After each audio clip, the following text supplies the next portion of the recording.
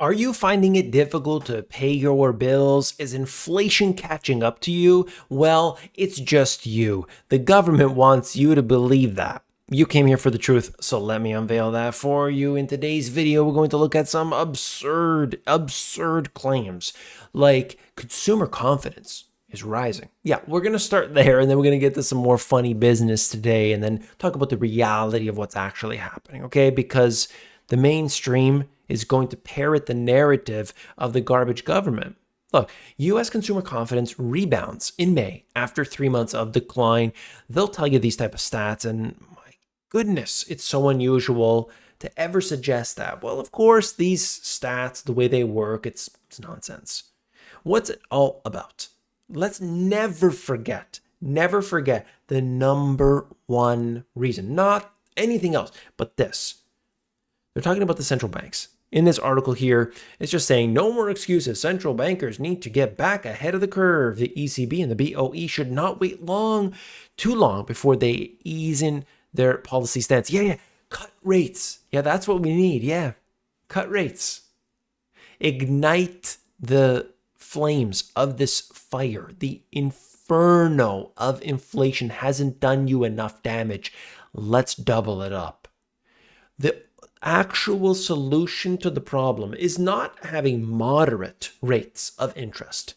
It's having excessive interest rates in order to put, when there's a fire and they take a guard, that's what, the firefighters do. They arrive at the burning building and they take a garden hose or maybe one of those little squirt guns, little like kid squirt guns, and they spray that fire. Okay?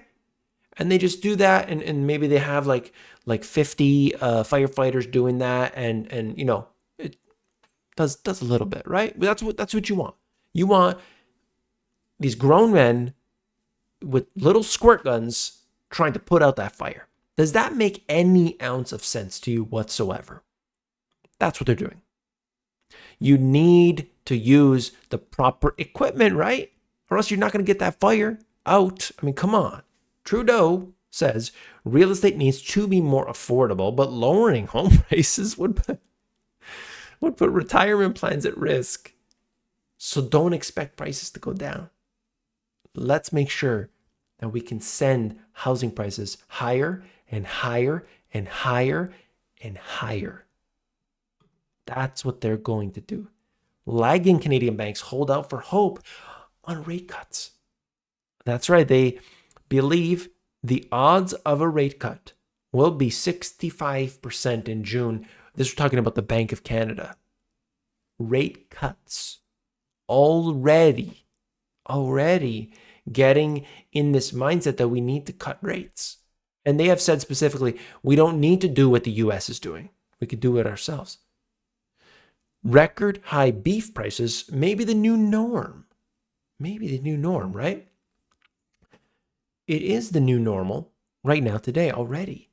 We have seen the pain of inflation.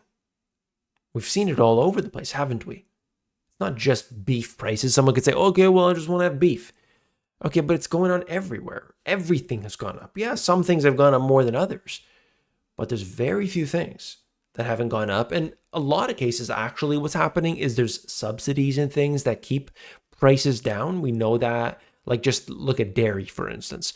Dairy should be like way more expensive, but it's not. All right, it's subsidized. It's there's different industries are like that. Wheat hits 10-month high on worries over Black Sea crops. Concerns mount over cold and dry weather in major exporters. You could see it right here.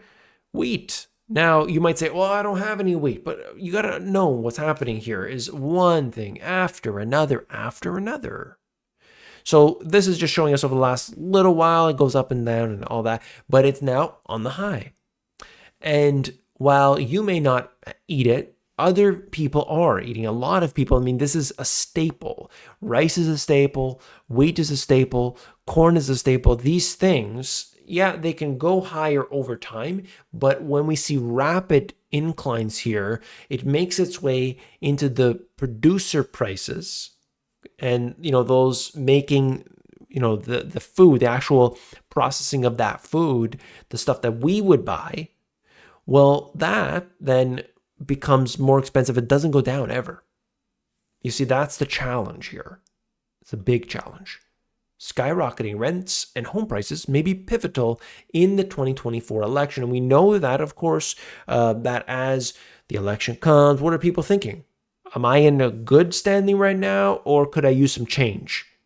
And that's usually the way things work. All right, let's vote this guy. Okay, let's vote this guy. Okay, let's vote this guy. It's obviously ridiculous, but that's the way that things go.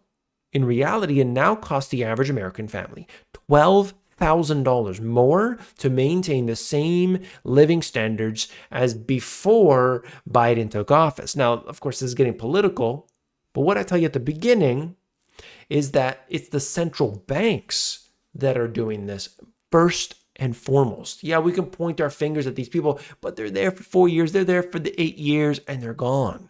But who remains, of course, is those puppet masters behind it all, devaluing your currency each and every day. Each and every day. And so what are people doing about it? Bargain-hungry Americans are flocking to Temu. Temu is this company offering cheap stuff. It's basically, and for the most part anyway, you have the Chinese factories. They want to sell to the American public directly instead of indirectly. In many cases, these factories might produce something and then sell it to somebody, and then they put it on Amazon or they put it on Walmart or whatever. No, they want to sell direct to the consumer. Now, people are picking that up. This is talking about Shein, this is talking about Temu, catching up to Amazon, because they are directly from the manufacturer to the people, so they cut out the middleman, save some costs. This is happening. It's happening right now. But what does it tell us about the circumstances of the consumer? Obviously, they're hurting. Okay, so we know that to be the case. We know what's going on with the dollar stores. More dollar stores are being built up.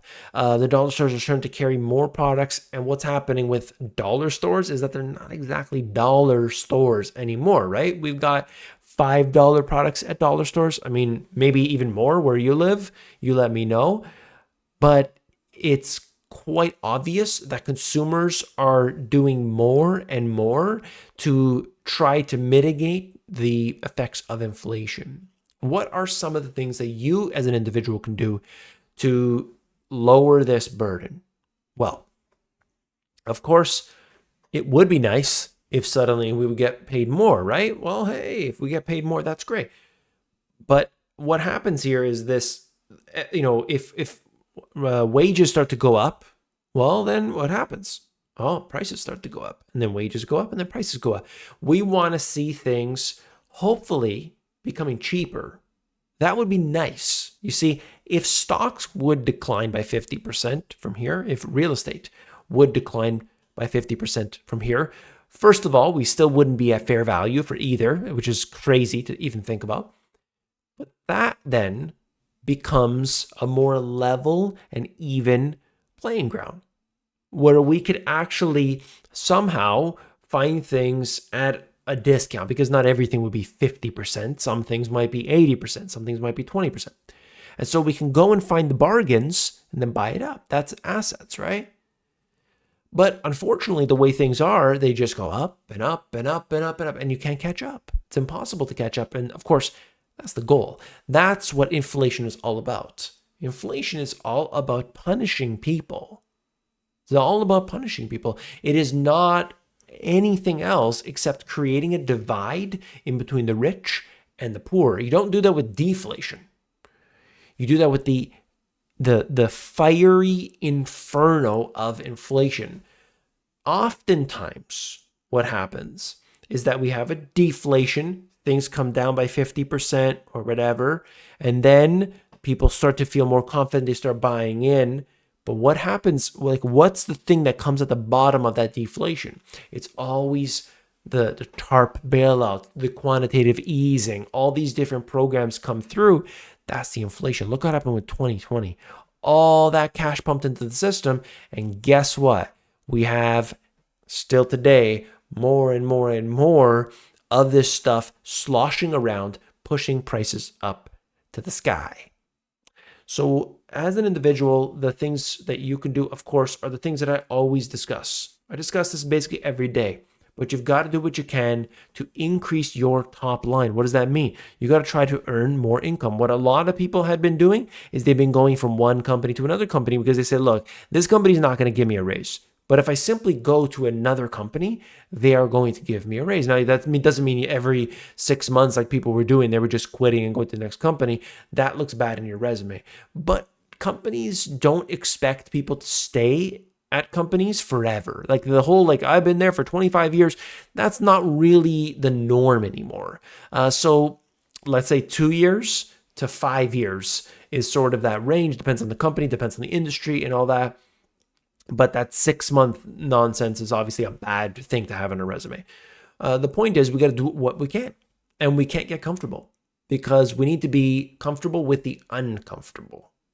Comfortable being uncomfortable. This is essential.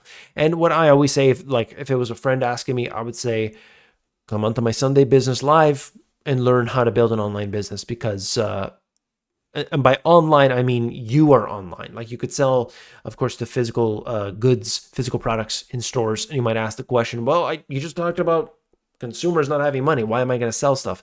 There are always products that people need to buy.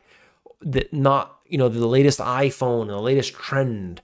No. There are things that people will buy even during the financial crisis. The pet niche actually grew, believe it or not. Okay. So, things that people want to buy, they will buy. So keep that in mind, okay? If you want more details about that, there's a link at the top of this description. Don't just let it go by. You got to take action today. Click that link and let me know what you think. You can email me directly from there. Don't forget to come back tomorrow. I'll see you then. Take care.